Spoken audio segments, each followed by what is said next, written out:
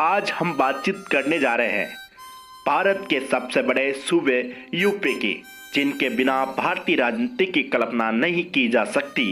यदि हम बात करें उत्तर प्रदेश की, जहां सबसे बड़ा दलित चेहरा मायावती है, जिन्होंने सबको चौंका रखा है। यदि भारतीय राजनीति का सबसे बड़ा दलित चेहरा है तो वह मायावती है, जिन्होंने भारत की राजनीति में नया हलचल पैदा की। इसके साथ ही मायावती की बातचीत करें तो मायावती ने 4 बार मुख्यमंत्री बनकर सबको चौंकाया है। आज हम बहन मायावती का संघर्ष भरी कहानी आपके बीच में लेके आए।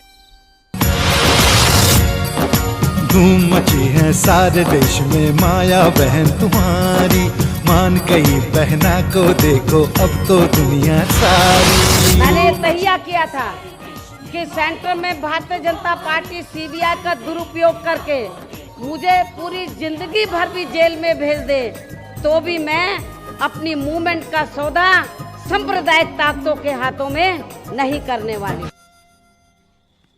यदि हम बातचीत करें बहुजन समाज पार्टी की सुप्रीमो बहन मायावती के जीवन परिचय की, तो आपका जन्म 15 जनवरी 1956 में नई दिल्ली में हुआ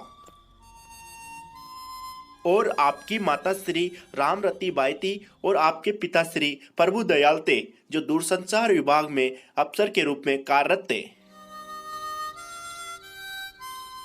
यदि हम बातचीत करें बहन मायावती की, तो भारतीय राजनीति का सबसे बड़ा दलित चेहरा माना जाता है। इसके साथ ही यदि बातचीत करें बहन मायावती की, तो यूपी के 4 बार मुख्यमंत्री रहने का सौभाग्य मिला।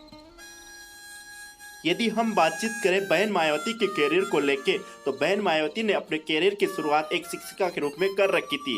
इसके साथ ही बहन मायावती कलेक्टर बनकर दलित समाज की सेवा करना चाहती थी, पर काशीराम और बाबा साहब की विचारधारा से प्रभावित होकर उन्होंने राजनीति में आने का निश्चय किया। आज वर्तमान की स्थिति को देखें तो बहन मायावती बहुजन समाज पार्टी की सुप्रीमो है। इसके साथ ही यदि बातचीत करें बहन मायावती की, तो बहन मायावती सबसे युवा महिला मुख्यमंत्री बनने का सौभाग्य मिला। इसके साथ ही यूपी में 4 बार मुख्यमंत्री बनकर सबको चौंका दिया। यदि हम बातचीत करें बहन मायावती की शिक्षा को लेके, तो बहन मायावती ने कालिंद कॉलेज दिल्ली से बीए और इसके साथ ही दिल्ली विश्वविद्यालय से एलएलबी कर रखी थी। इसके साथ ही अपने पिताश्री के कलेक्टर बनने के सपने को पूरा करने के लिए सारा वक्त पढ़ाई में लगा रखा था। पर आगे चलकर बहन मायावती की काशीराम जी की विचारधारा से प्रभावित होकर उन्होंने राजनीति में आने का निश्चय किया, जिससे वो प्रशासनिक सेवा में न जाके बल्कि भारत की राजनीति का सबसे बड़ा हीरो बन गई। जब 1984 में बहुजन समाज पार्टी की स्थापना की काशीराम जी ने, तो बाबा साहब और काशीराम जी की विचारधारा से प्रभावित होकर बहन मायावती ने शिक्षिका का कार्य छोड़कर पूर्ण रूप से बहुजन समाज पार्टी की कार्यकर्ता बन गई और आगे चलकर भारतीय राजनीति में नया हलचल पैदा करने का निश्चय किया। 1984 में उसी साल बहन मायावती ने मुजफ्फरनगर की कैराना लोकसभा क्षेत्र से अपना पहला चुनाव अभियान शुरू किया। सन 1985 से लेकर 1987 तक लोकसभा की कड़ी मेहनत की बहन मायावती ने और आगे चलकर 13 सीट जीत के आए 1989 में लोकसभा की। धीरे धीरे बहन मायावती का वर्चस्व दलितों और पिछड़ों में बढ़ता गया। 1995 में पहली बार बहन मायावती को मुख्यमंत्री बनने का सौभाग्य मिला। इसके साथ ही भारतीय राजनीति में नई हलचल पैदा कर दी।